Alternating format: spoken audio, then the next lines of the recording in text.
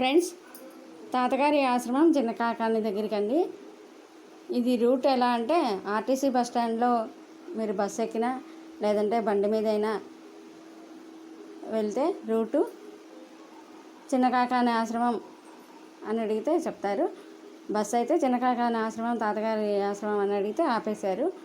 అక్కడి నుంచి ఫ్లైఓవర్ వస్తుంది. ఫ్లైఓవర్ కింద నుంచి మన ఇవతలకు వచ్చాక ఆటో ఎక్కేయచ్చు. ఆటో హైలాండ్ రోడ్డు సరాసరి స్ట్రైట్గా వెళ్ళిపోయి అక్కడ ఆపేస్తారండి. ఇంకా అక్కడి నుంచి కొంచెం వాకబుల్ డిస్టెన్సే. బండి వెళ్ళే వాళ్ళు కానీ కారు కానీ అయితే రూట్ వేరే ఉంది. మేమైతే ఇటు ఆటో మాట్లాడుకున్నాం కాబట్టి అటువైపు ఆపేశారు. కొత్తగా కన్స్ట్రక్షన్స్ అన్నీ జరుగుతున్నాయి, బిల్డింగ్స్ ఏవో, అటు నుంచి వాకబుల్ డిస్టెన్స్ మనం వెళ్ళిపోవచ్చు. కాకపోతే ఆరోగ్యం బాగాలేని వాళ్ళు, పేషెంట్స్ అయితే కొంచెం ఏర్పాట్లు ఏదైనా చేసుకుంటారు కదా.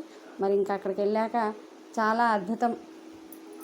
అసలు ఆ తాతగారి ఆశ్రమం అవి చూస్తుంటే ఒక మంచి పాజిటివ్ ఎనర్జీ, మైండ్ పీస్ఫుల్గా ఉంది. చక్కటి ప్రశాంత వాతావరణం, అసలు ఈ రణగణ ధ్వనులు ఏమీ లేకుండా చాలా అద్భుతంగా మనసుకి హాయిగా అనిపిస్తుందండి.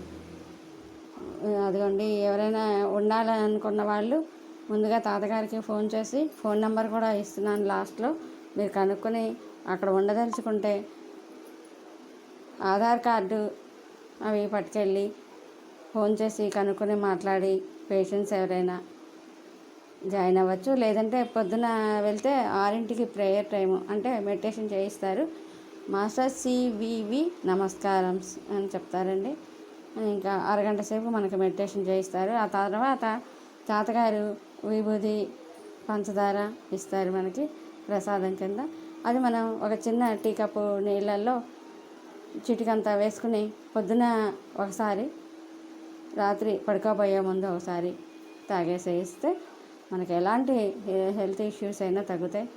ముందు మనకి నమ్మకం ముఖ్యం, మెడిటేషన్ ముఖ్యం. ఎంతో యోగ సిద్ధి పొందిన వాళ్ళకి కానీ ఇలాంటి సేవాభాగ్యం చేసే అదృష్టం ఆ భగవంతుడు మనకి కల్పించడు. మరి అందరం ఆనందం